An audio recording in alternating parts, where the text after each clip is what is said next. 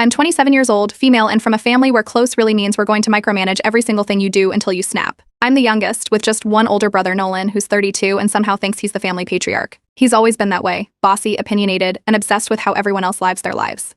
My dad is the quiet, go along to keep the peace type, and my mom is the crier. You know the type. Any disagreement turns into why are you tearing this family apart? I work in architecture, live 2 hours away in a small city, and I love my independence. I've built a life for myself, good job, nice apartment, no roommates, and I can finally breathe without someone checking my phone or commenting on my outfits. But apparently that freedom makes me the problem child. Nolan's convinced I'm wasting my life by not settling down with someone he would approve of, living closer to home, and basically living under his thumb again. They've done this family intervention thing more than once. That's what they call it. It's not dramatic like in movies, but it's just as calculated. They invite me for dinner, wait until I'm seated, then take turns expressing concern. Translation: ganging up to make me feel guilty until I agree to whatever they want. Last time, it was Nolan insisting I move back to help with our parents before it's too late. The time before that, it was a full-blown lecture about how I wasn't taking relationships seriously because I wasn't engaged yet. The last visit was when things really shifted. I'd left my phone on the counter while helping my mom cook, and Nolan straight up read my texts out loud at the table. Nothing scandalous, just some flirty back and forth with a guy I'd gone on a couple of dates with, but that didn't stop him. He even added commentary like I was some reckless teenager. I grabbed my phone back and told him he wasn't my legal guardian. My mom started crying. My dad stared at his plate. Nolan said I needed to grow up. After that, Nolan called me and said the family wanted to have a structured talk about my lifestyle the next time I came home, in his words. Like I'm some project they need to fix. That's when I decided, fine. If they want drama, I'll give them a plot twist so wild, they'll never forget it. 2 weeks later, I met Blake. It was a Friday night and I was at this dive bar with some coworkers after work. Blake rolled in on a motorcycle, all tattoos and gravel voice, with that smug confidence that either makes someone your worst mistake or best story. He sat near us and eventually started chatting with me. I don't even know why I told him everything, but I did. He listened, and then I said, half joking, you want to pretend to be my chaotic husband and crash a family intervention? He laughed so hard he almost fell off his stool. Then he said, I've always wanted to play a soap opera villain. That's how the plan started. We decided we'd fake an elopement, show up together, uninvited, to the structured talk, and drop the news like a bomb. We made up a whole backstory, we met in Vegas, had a whirlwind weekend, and got matching tattoos. Blake even bought a fake ring off some sketchy online marketplace. We'd act disgustingly in love. My job was to look dreamy and say things like when you know, you just know. His job was to smirk, wear leather, and say something inappropriate at the worst possible time. I told him we'd leave right after dropping the news and turn our phones off for the weekend. I'd booked myself a spa retreat in the mountains. No signal, no distractions, just silence while they all stewed in confusion.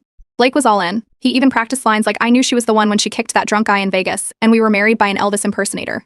Felt right. I added glitter to my hair and found a white sundress that looked just bridal enough to raise eyebrows. D-Day came. It came. We drove into town that morning. Blake was wearing a leather jacket, aviators, and had his helmet under his arm. I looked like I was floating on a cloud. We walked into my parents' house hand in hand. My mom's face froze, my dad stood up, and Nolan, who had just started saying something about this conversation being important, got interrupted. I looked him dead in the eye and said, sorry we're late. We just got married. Blake raised my hand and kissed the back of it like a cheesy movie villain. Dead silence. Not one word. No screaming, no questions. Just open mouths and wide eyes. I let it sit for a second, then said, we just wanted to share the news. But we won't stay. We have, honeymoon plans. Then we turned and walked out. Blake and I didn't stop laughing until we were halfway down the highway.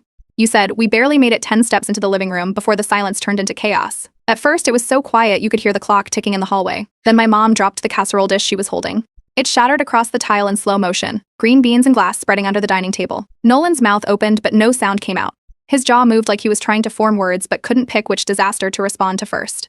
He looked from me to Blake, then to our joined hands, then back to me. His eye twitched. It actually twitched. I hadn't seen that happen since he lost a middle school spelling bee and claimed the judges rigged it. He finally spoke. His voice came out loud and sharp, like he'd skipped the warm-up rounds of anger and gone straight to the finals.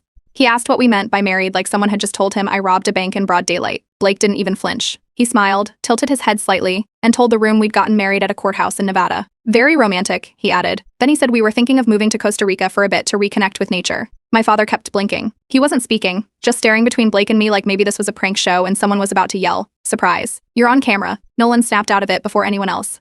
He jumped out of his chair and launched into one of his classic speeches. He called me impulsive, said this was another example of how I'd never grown out of my rebellious streak. According to him, I'd always been this way, always chasing chaos, always making everything difficult for the family. Blake leaned over and whispered that he was getting real sitcom villain vibes, and I almost broke character. I decided to keep pushing. I told them we were thinking of having kids immediately, maybe twins if we got lucky, and that we were starting a travel blog to document the journey. Blake nodded and added that we'd already picked names, then winked at Nolan like he was in on some private joke. To sell the story, we'd drawn fake tattoos on our ring fingers that morning using permanent marker. Mine had a little B in cursive, and his had my initial and a tiny heart. I made sure to flash my hand when I tucked my hair behind my ear. Nolan spotted it instantly and went pale. He asked if we were serious, if we'd really tattooed each other's initials after 2 weeks. Blake kissed the side of my forehead and told Nolan that he could relax now, that he didn't need to take care of me anymore because he would. Nolan looked like someone had knocked the wind out of him. He put a hand to his chest and muttered something about not again before sinking into a chair like he couldn't feel his legs. My aunt started yelling for someone to call an ambulance. She was convinced he was having a heart attack, but Nolan waved her off and said he was fine, just caught off guard and maybe a little lightheaded. Blake offered to get him some water, but Nolan waved him off too, still staring at the floor. My uncle stood up, slammed a hand on the table, and shouted that this wasn't funny. He called it a joke in bad taste and accused me of humiliating the family on purpose. I turned to Blake and said we were running late for our flight.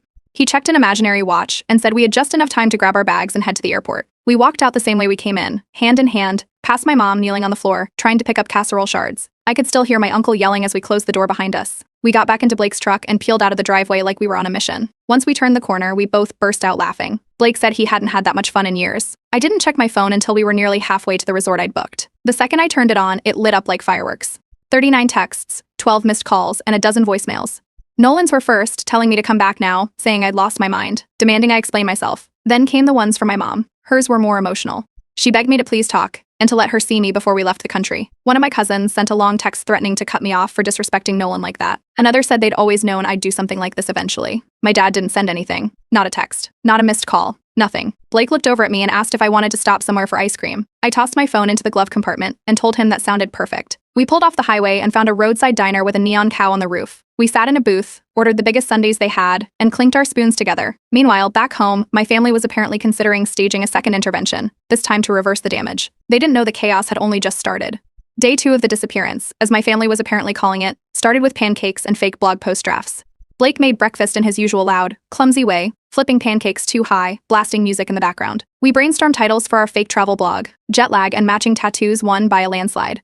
He even set up a site with photos from random beach stock images and wrote fake captions about our honeymoon in Cabo. My phone had been off since we left, but when I turned it back on to check directions for lunch plans, the messages started flooding in again. Missed calls, voicemails, guilt trap texts, and one cousin who texted Jordan, my best friend since college, asking if I was safe. Not worried safe, more like tell us where she is safe. Jordan didn't answer. She just forwarded the message to me with a note that said, "Your cousin is nosy." Around 2:00 that afternoon, Blake and I were lounging in my apartment watching a terrible dating show when Jordan called. She said my parents had shown up at her apartment building. They didn't make it past the buzzer, but she saw them standing in the parking lot, arguing. Apparently my mom was crying and my dad kept checking the car like he expected me to appear from behind it. I live across town. I wasn't even in the same zip code. About an hour later, someone buzzed my apartment. It was the pastor from our family church. He was holding an envelope and looking uncomfortable, like he wasn't sure why he'd been sent. I didn't answer the door. He eventually left the envelope by the door and walked off. I didn't open the door. A few minutes later, I saw through the peephole that he'd slipped something under the door and walked away. I waited until he left the building, then picked up the envelope. The letter inside was handwritten by my mom. Not typed, not printed, full on old school pen and paper. She'd written 5 pages. Most of it was about how much pain I was causing her, how Nolan's health was fragile, and how disappointed she was that I'd made such a big decision without including them. There was a line about how you used to be such a sweet girl and a whole paragraph about how Blake doesn't seem like the kind of man who puts family first. I passed the letter to Blake. He read it twice and asked if he should grow a mustache to complete the villain look. Not even 10 minutes after that, my aunt messaged me saying Nolan might need surgery.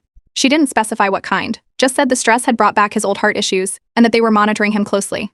I didn't respond. I called my friend's brother, who works as a nurse at the hospital Nolan would have gone to. He checked. No emergency room visit. No hospital record. Nothing. They weren't worried about me being hurt. They were upset they couldn't manage the situation. That's when it clicked. This whole storm wasn't about love or concern. It was about control. I'd slipped out of their grip, and now they were throwing everything they had to reel me back in. I decided to meet my parents. Just them. No cousins, no siblings, no Blake. I picked a cafe in the middle of town. Public, neutral ground.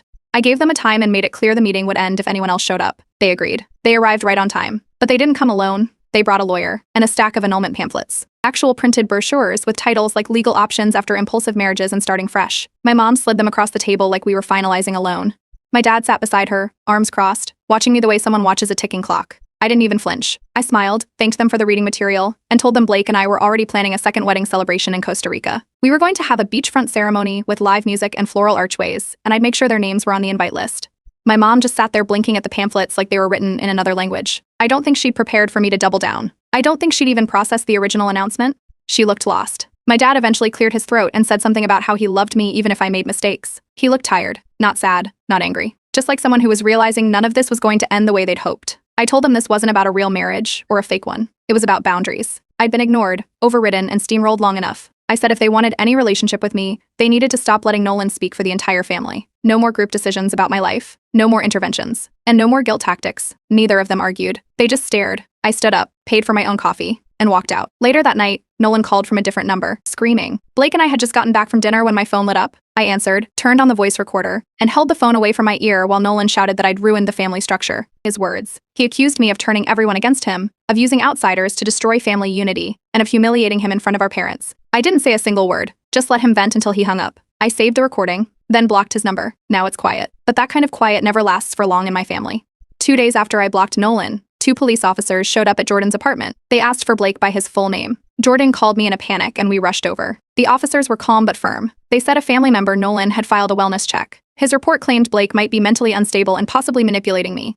He used phrases like emotional hostage and psychotic break. Blake opened the door wearing a hoodie, holding a mug of coffee, and looking completely unfazed. He offered them a seat and asked if they wanted anything to drink. I handed over my ID and calmly explained that nothing dangerous or illegal was going on. One of the officers seemed skeptical and asked to speak with me in private. He gently asked if I was safe, if anyone was pressuring me, and if I needed help. I told him our marriage was unconventional but fully consensual. He asked a few more routine questions, then nodded and said they just had to verify some details to close the report. Blake chimed in and said our marriage was more of a symbolic ceremony, and that we planned to file paperwork soon. That was technically true. The ceremony never happened legally, but the officers didn't need that part. They left without incident, but said someone might follow up to verify documentation. We thanked them and watched them leave from behind the blinds. Less than 2 hours later, Jordan got called into her manager's office. Someone had been calling her workplace asking questions about her background and her shift schedule. She didn't get the full name, but the front desk said it was a man with a family emergency who wouldn't leave a callback number. Jordan put it together instantly and warned me. I told her to give her manager a heads up that someone from my family might try to dig deeper, and she filed a complaint. Back at home, Blake pulled up his laptop and logged into a background check site. He'd worked in real estate a few states over and still had access through his brokerage. We ran his name, address history, and any public records clean, not even a parking ticket. Then he composed a formal-looking email with the report attached, addressed it to Nolan, and sent it with the subject line, "Since you're so concerned." Later that evening, Blake got a text from an unknown number, just the word liar. He blocked it immediately. Then my cousin Alina reached out. She'd always been the calm one, the peacekeeper. We grew up playing hide and seek in the backyard and sharing snacks under the table at family weddings. I thought she was neutral in all this. Her message was 4 paragraphs long. She called Blake dangerous, said my behavior was selfish, and told me I was still loved, but clearly lost. She ended it by saying I needed to repent and annul the disaster before it's too late. I didn't respond. I blocked her too. Blake and I figured it was time to shift focus. We booked a table at a rooftop restaurant downtown and invited only a few close friends, people who were already in on the joke. We dressed up, had dinner, clinked glasses, and handed a friend our phones to take some clean, well-lit photos. No captions, no geotags, no context, just a picture of us toasting, my hand on his chest, a sunset in the background. We posted 3 photos each on our profiles. That was all it took. Within an hour, my aunt messaged Jordan asking where the wedding reception was being held. My other cousin posted a vague Bible quote on her story. One of Nolan's friends, someone I hadn't blocked yet, left a comment under Blake's photo that just said, "Unreal." We didn't reply to any of it. We just watched.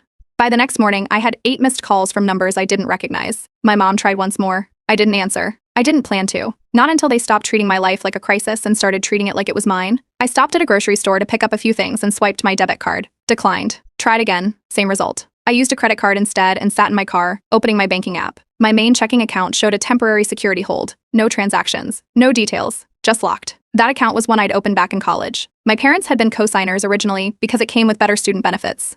I never thought twice about it since the account had worked fine, and I rarely interacted with the bank unless it was for routine transactions. Turns out, because the account still had their names listed as co-signers from my student days, but they were able to request a temporary hold by claiming they were concerned about financial fraud. The bank flagged it for account safety, pending verification. After Nolan told them I was unstable and possibly being manipulated, they called the bank and flagged it for her protection. I went straight to the branch the next morning. No appointment. Just walked in, gave them my ID, and asked to speak with a manager. I explained the situation and made it clear I was not in any crisis and had not authorized any freeze. The manager reviewed my ID, checked the account history, and saw the parental access. I shut the joint account down completely on the spot. Transferred everything to my personal account, the one Blake and I had set up quietly a few weeks earlier. That account wasn't connected to any family members. No one but me had access. Luckily, I'd already transferred some money into it that week. Rent was due in 3 days, and I barely dodged a financial mess. Blake didn't even blink. He printed out a list of ways we could cut back on groceries and subscriptions just in case, like he was already used to thinking. 2 steps ahead. He joked that this felt like a survival challenge and started calling it budget month. After everything that had happened, I finally booked an appointment with a therapist. I didn't want to wait anymore. We talked for almost an hour. I told her the whole story, from the fake marriage to the bank freeze. She listened without judgment. At the end, she looked at me and said, "You didn't just fake a marriage. You staged a rescue." That stuck with me. 2 days later, I noticed a couple of old friends from high school had unfollowed me on social media. I didn't think much of it until I saw a post Alina had shared. It wasn't about me by name, but it was obvious who she meant. She wrote a long message about how some people fall so far into self-destruction they pull others down with them, and that true family will always try to intervene. But even if it looks harsh, her followers commented things like praying for healing and you did the right thing. At work, things got weird too. My manager called me into his office and asked if I had a minute. He didn't sound upset, just confused. He told me someone had sent an anonymous email to the department head claiming I was mentally compromised and potentially a liability to clients. He didn't share the message, but it had enough personal detail to raise eyebrows. I pulled up my performance reports, showed him my last project completion times, client reviews, and feedback scores. Then I offered to take any evaluation he wanted. He shook his head and said it wouldn't be necessary. "Whoever sent that is clearly trying to sabotage you," he said. "You're not the one under review here." That night, Blake helped me look into reputation management services. I found one that specialized in personal attacks and digital cleanups. We scheduled a call. They helped me start a digital trail to protect myself, search filters, monitoring alerts, and steps to report coordinated defamation. As one final move, I posted a redacted clip from Nolan's last voicemail online. I cut out names, removed location hints, and posted it on a subreddit focused on toxic family dynamics. The recording was only 30 seconds, but you could hear him screaming, accusing me of destroying the family, of saying I'd let a stranger corrupt my mind, and that I was no longer one of them. I shared the clip anonymously on a subreddit focused on toxic family dynamics. The feedback was instant. People called the voicemail unhinged, disturbing, and controlling. The top comment said, "He sounds more like a dictator than a brother." And still, no apology. Just silence from the ones who started all of this. 3 days before the fake engagement party, I got a message from Daniel, my ex-fiancé. We hadn't spoken in over a year. His message was short, casual, and completely out of nowhere. He wrote, "So I guess I'll see you at the party?" I stared at my phone for a good 30 seconds before calling him. He picked up quickly, sounded a little unsure, and said he'd gotten an invite from my mother. According to him, Nolan had reached out and told him I was going through something and could really use someone from my past to bring me back to reality. Daniel wasn't the type to get involved in drama. When we broke up, it had been mutual, clean, respectful, and final. But Nolan had apparently shown him old photos of us, told him I'd never really moved on, and convinced him I was having a manic spiral triggered by an unstable relationship. Daniel said he hadn't believed all of it, but admitted he thought maybe I just needed a familiar face. I told him, clearly and without yelling, that this party was a private event and he was absolutely not invited. To his credit, Daniel apologized and said he wouldn't come. But the fact that Nolan had taken things that far, digging through old memories, rewriting our relationship, and feeding it to someone from my past, it was a whole new level of messed up. We went ahead with the party. It wasn't a huge event, just about 30 people, mostly friends and coworkers who had watched this whole thing unfold in real time. The venue was a rooftop lounge, decorated with white string lights and gold table runners. A friend brought cupcakes instead of a cake. Blake wore a dark green button-up shirt and joked about learning to dance just in case someone made a toast that required it. Everything was going smoothly. People were mingling, laughing, taking photos under the arch one of Blake's friends had built out of spare wood and fake ivy. Then, halfway through one of the toasts, the elevator dinged. The doors opened and out walked Nolan, my mother, and Daniel. The room went quiet. You could hear the clink of a fork being set down. Blake was the first to react. He walked straight to the mic and said, "Well, we've got surprise guests. Let's welcome them to our little rebellion." People laughed nervously. Blake raised his glass like nothing was wrong and told everyone to keep dancing. Nolan wasn't having it. He started shouting over the music, demanding I stop the performance and come to my senses. He talked about annulments again, told everyone I was sick in the head, and said Blake was manipulating me for attention. It didn't matter that half the room already knew it was all staged. He still wanted to blow it up in front of everyone. My mother didn't say anything. She just stood near the back, clutching her purse like she'd walked into a courtroom by mistake. Daniel looked like he regretted every step that brought him there. He didn't say a word the entire time. Just stood there, eyes wide, shifting his weight from foot to foot. One of our mutual friends had brought a +1 to the party, a woman named Mia, who turned out to be a local freelance journalist. She hadn't known anything when she arrived, but after watching the scene unfold and doing a quick search of my name afterward, she messaged me the next day. She said she wasn't trying to be pushy, but asked if I'd ever consider sharing what really happened. She called it the most quietly intense social story I've ever stumbled into. I declined the interview. I wasn't ready to go that public, but it was the first time I realized that the story wasn't just mine anymore. People were paying attention, and not in the way Nolan had wanted. They weren't shocked by my choices, they were shocked by how far my family was willing to go to erase them. Later that night, after the last guests left and we were cleaning up, Blake sat on the couch and scrolled through photos. He stopped at one where I was laughing, cupcake in one hand, confetti stuck to my hair. Then he asked what happens when the pretend stuff feels more real than the family that raised you. I didn't answer. I just saved the photo. A week after the engagement party, I called it. The performance, the storyline, the noise, it had run its course. Even though we were still in control, it didn't feel like control anymore. Blake knew before I said anything. He sat me down one morning, slid over a cup of coffee, and told me I didn't owe him anything. Not a dramatic exit, not a clean conclusion, just a choice. Then he added, "You don't owe me an ending, but I think you need one." That afternoon, while I was out getting groceries, he packed up his stuff. No long goodbye, just a sticky note on the fridge that said, "You don't need a partner to win a war, but you've got one if you ever want one." No signature, just his usual smiley face and the drawing of a tiny motorcycle. I deleted all my social media, changed my number, and turned off everything for a while. I left town with no destination, just a week's worth of clothes and a rental car. I stayed in a cabin, walked trails, and cooked food that didn't come in takeout containers. I didn't check messages. I didn't call anyone. When I came back, I sent a text to my parents. It was one sentence. There was no marriage. But the betrayal was real. No one replied for a few days. 3 weeks later, I got a call from my Aunt Camille. I hadn't blocked her, mostly because she'd stayed out of the worst of it. She told me Nolan had flown to another state with his girlfriend and gotten married. No notice, no photos, just a quick elopement. According to her, he told the family he wasn't letting anyone ruin his story too. Apparently, he wanted to prove something. He told people, "At least my marriage is real." His girlfriend didn't know any of the backstory. They'd only been dating for 6 months. She thought it was spontaneous. She didn't know it was part of a rivalry. 48 hours after they returned home, she found out everything. Someone sent her the link to the wellness check report, the fake banking interference, even the audio clip from the subreddit. She read all of it. She asked him to explain. He called it family drama. She walked out the next morning. The fallout didn't stop there. That subreddit post had gone around enough to land in unexpected places. A listener mentioned it on a mid-sized podcast about family manipulation. Someone connected the dots, and Nolan's name got attached to it online. His employer found out. A week later, they placed him on indefinite leave. No details, just a quiet internal shakeup. I asked to be re-added to the family group chat, sent one final message I didn't ruin Nolan. I held up a mirror, and then left the chat again. A year later, I live in a different city. New job, smaller apartment, but it's mine. I have limited contact with my parents, mostly surface level, like birthday texts or neutral holiday updates. I haven't spoken to Nolan since the voicemail. He hasn't tried. I'm dating someone now, someone kind, steady, the sort of person who doesn't raise their voice to win. No fake backstory, no games, no strategy. Just quiet dinners, shared playlists, and slow weekends. Every now and then, I think about Blake. I still have the note he left, stuck between pages in a book I never finished reading. And when I do think about him, I smile, because not every fairy tale starts with love. Some start with fireworks, a fake ring, and just enough chaos to burn down the castle behind you.